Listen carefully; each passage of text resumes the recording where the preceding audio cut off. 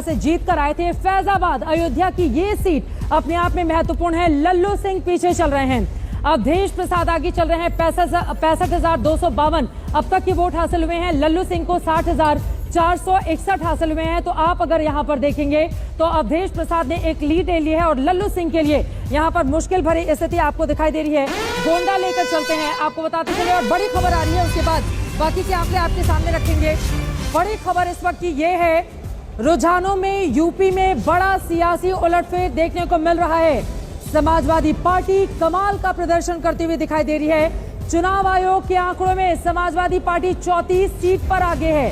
34 seat ऐसी है जहां पर समाजवादी पार्टी आगे है। चुनाव आयोग के आंकड़ों में भारतीय जनता पार्टी 35 सीट पर आगे है।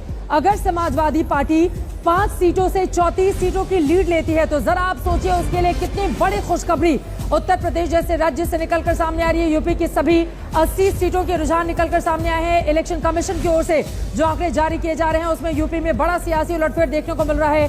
80 सीटों वाले उत्तर प्रदेश में जहां पर डबल इंजन की सरकार है, उसके बावजूद समाजवादी पार्टी ने एक बहुत बड़ी लीड वहां पर ले ली है। समाजवादी पार्टी 34 सीटों पर आगे चल रही है। चुनाव आयोग ने जो आंकड़े दिए हैं, जबकि भारतीय जनता पार्टी 35 सीटों पर आगे की ओर बढ़ती हुई दिखाई दे रही है। तो एक बहुत बड़ा उलटफेर उत्तर प्रदेश जैसे राज्य से, वो भी तब जब राम मंदिर इसी जनवरी में 22 तारीख को उसका उद्घाटन होता है। रामलला की प्राण प्रतिष्ठा होती है। प्रधानमंत्री, वहां पर मुख्यमंत्री सभी आते हैं, बड़े बड़े दिग्गज हैं। और फिलहाल अब आपको जल्दी से दिखा देते हैं कुछ और तस्वीरें जिस पर नजर डालना बहुत जरूरी है। कौन कौन सी वो सीट है।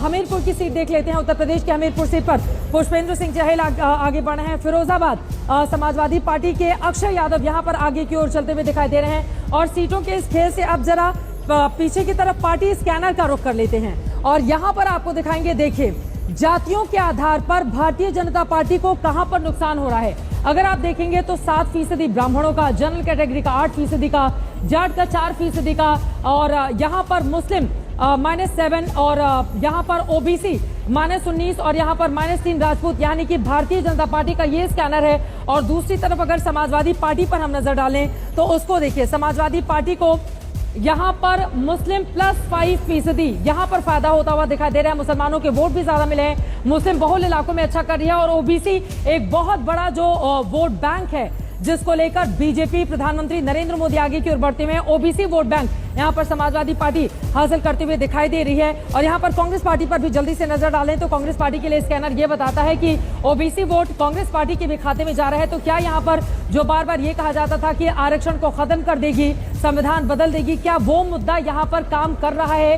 ये बड़ा सवाल बना हुआ है। समुदाय बहुल सीटों पर लाभ और हानि का ये हम आपको आंकड़ा दिखा रहे हैं। कहां पर कांग्रेस आगे अच्छा कर रही है, कहां पर यहां पर बीजेपी, भारतीय जनता पार्टी आगे की ओर अच्छा कर रही है। महारथियों पर अगर जल्दी से नजर डालें, ये बड़े बड़े महारथी हैं। अनुप्रिया पटेल मिर्जापुर से पीछे चल रही हैं। और भी महारथियों पर अगर हम नजर डालें, दिलेश राम नेहरुआ पीछे चल रहे हैं। घोसी सीट से अरविंद राजभर पीछे चल रहे हैं। और ये अपने आप में बेहद महत्वपूर्ण, इनके पिता का सुबह सुबह बयान भी सामने आ गया। वो कह रहे हैं मोदी जी तो जीत रहे हैं, सरकार बना रहे हैं, लेकिन अरविंद राजभर यहाँ पर एसबीएसपी के उम्मीदवार हैं, ये पीछे चल रहे हैं। एनडीए के उम्मीदवार है पीछे। राजीव राय, आपको बताते चले कि अक्सर हमारे साथ डिबेट में राजीव राय बैठते रहे हैं, लेकिन फिलहाल राजीव राय घोसी उत्तर प्रदेश की सीट से आगे की ओर बढ़ते हुए आपको दिखाई दे रहे हैं। और अब अगर आइए आपको सीधे लिए चलते हैं। अब ये यूपी के नंबर्स बहुत इंटरेस्टिंग है। प्रियंका चतुर्वेदी जी हमारे साथ, शिवसेना, उद्धव साहब, बाला साहब ठाकरे गुट की सांसद इस वक्त जुड़ रही हैं।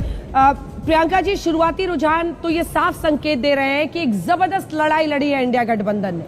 महाराष्ट्र के भी नंबर्स हम दिखाएंगे, लेकिन एनडीए अभी तक के रुझानों के मुताबिक बहुमत का आंकड़ा पार करके लगभग उनको 10 से 18 सीटों का फायदा ही दिखाई दे रहा है। आपकी पहली प्रतिक्रिया इस पर? सबसे पहली प्रतिक्रिया अंजना जी ये होगी कि कुछ दिन पहले, कुछ घंटों पहले एग्जिट पोल के आंकड़े तो उनको बहुत भारी बहुमत दे रहे थे। यहाँ तक कि कहा जा रहा था विपक्ष से पूछने का जरूरत भी क्या है, उन पे ध्यान देने की भी जरूरत क्या है। उनकी मजाक बनाई जा रही थी, मखौल बनाया जा रहा था।